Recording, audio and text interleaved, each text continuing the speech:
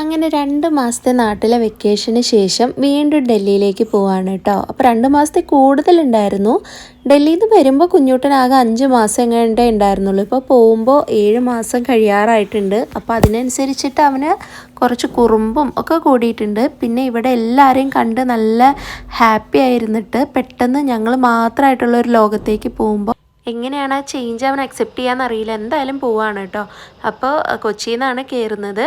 ഞങ്ങൾ ആദ്യത്തെ പ്രൊസീജിയേഴ്സൊക്കെ തീർക്കുകയാണ്, ലഗേജൊക്കെ കയറ്റി വിടുകയാണ് കേട്ടോ.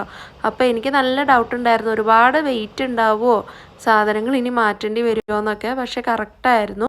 പിന്നെ ഞങ്ങൾ കുറച്ച് നേരമായി ഡയപ്പർ ഇട്ട് കൊടുത്തിട്ടുണ്ടായിരുന്നു. അപ്പോൾ അവൻ്റെ ഡയപ്പർ ചേഞ്ച് ചെയ്യാൻ വേണ്ടിയിട്ട് ഈ റൂമിൽ കയറി കേട്ടോ. ഞാനിങ്ങനെ ഡയപ്പർ ചേഞ്ചിങ് റൂം സെപ്പറേറ്റ് ആയിട്ട് ആദ്യമായിട്ടാണ് കാണുന്നത്. അപ്പോൾ അടിപൊളി ആയിരുന്നു കേട്ടോ, നല്ല സൗകര്യം ഉണ്ടായിരുന്നു. പിന്നെ ഫീഡിങ് റൂമിൽ പോയിട്ട് ഫീഡ് ചെയ്തു. നല്ല അടിപൊളി വൃത്തിയുള്ള ഫീഡിങ് റൂമും ആണ് കേട്ടോ. പിന്നെ ഞങ്ങൾ ഗേറ്റ് നമ്പറിൽ വന്നിരുന്നു. സെക്യൂരിറ്റി ചെക്ക് ഇൻ കഴിഞ്ഞു. അപ്പോൾ ഗേറ്റ് നമ്പർ 1ലാണ് ഞങ്ങളുടെ ഗേറ്റ് ഉള്ളത്. അവിടെ വന്നിരുന്നു. അവിടെ കുറേ കുട്ടികളെ കണ്ടിട്ട് അവൻ ഭയങ്കര ഹാപ്പി ആയിരുന്നു കേട്ടോ. പിന്നെ ഞാൻ വാഷ്റൂമിലൊന്ന് പോയി ഒന്ന് ഫ്രഷ് ആയിട്ട് തിരിച്ചു വന്നു. അപ്പോഴത്തേക്ക് നമ്മുടെ ഫ്ലൈറ്റിനുള്ള ബോർഡിംഗ് ടൈം ആയിട്ടുണ്ടായിരുന്നു. അപ്പോൾ ആദ്യമായിട്ടാണ് ഞാൻ എയർ ഇന്ത്യയിൽ കയറുന്നത് കേട്ടോ. ഇൻഡിഗോ വിസ്താര അതിലൊക്കെ കയറിയിട്ടുണ്ട്.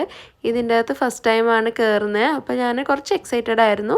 അതിൽ ഇവനും കുഞ്ഞൊരു ബെൽറ്റൊക്കെ നമ്മുടെ എയർ ഹോസ്റ്റസ് കൊണ്ടുവന്ന് തന്നു കേട്ടോ. പക്ഷെ അവൻ അതും കൊണ്ടൊന്നും ഇരിക്കുന്നുണ്ടായിരുന്നില്ല.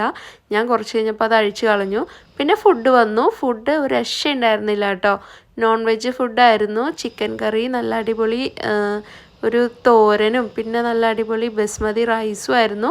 നല്ല ടേസ്റ്റി ആയിരുന്നു. ഫ്ലൈറ്റിൽ ഫസ്റ്റ് ടൈമാണ് കേട്ടോ ഇത്രയും ടേസ്റ്റി ആയിട്ടുള്ള ഫുഡ് കഴിക്കുന്നത്. പിന്നെ പായസം ഉണ്ടായിരുന്നു, അടിപൊളി ടേസ്റ്റ് ആയിരുന്നു. അപ്പോഴത്തേക്ക് അവൻ കുറച്ച് നേരം കിടന്ന് ഉറങ്ങിയതുകൊണ്ട് എനിക്ക് സമാധാനമായിട്ട് കഴിക്കാൻ പറ്റും. ഞാനായിരിക്കും ആ ഫ്ലൈറ്റിൽ ഏറ്റവും ലാസ്റ്റ് കഴിച്ചിട്ടുണ്ടാവുക. അതുകൊണ്ട് തന്നെ ചായയും കൂടി ഇതിൻ്റെ കൂടെ ഞാൻ കഴിച്ചു കേട്ടോ. ചായയും ബണ്ണും പിന്നെ അതിൻ്റെ കൂടെ ബട്ടറും കൂടെ കഴിച്ചു. അടിപൊളി ടേസ്റ്റായിരുന്നു. പിന്നെ അതിൻ്റെ ലാസ്റ്റായിട്ട് ഇതേമാതിരി ജീരക മിഠായി ഒക്കെ കിട്ടി കേട്ടോ. അപ്പോൾ നല്ല അടിപൊളി ജേർണി ആയിരുന്നു. വീഡിയോ ഇഷ്ടമാകുന്നുണ്ടെങ്കിൽ എന്തായാലും ലൈക്ക് ചെയ്യണം, സബ്സ്ക്രൈബ് ചെയ്യണം.